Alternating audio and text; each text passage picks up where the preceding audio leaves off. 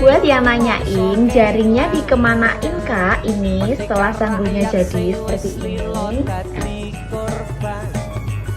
Nah ada dua cara ya. Cara pertama kita gunting seperti ini.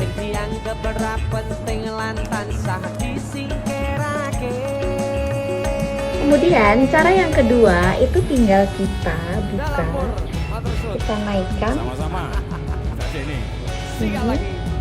Lalu kita taruh di sela-sela ini. Dirapikan.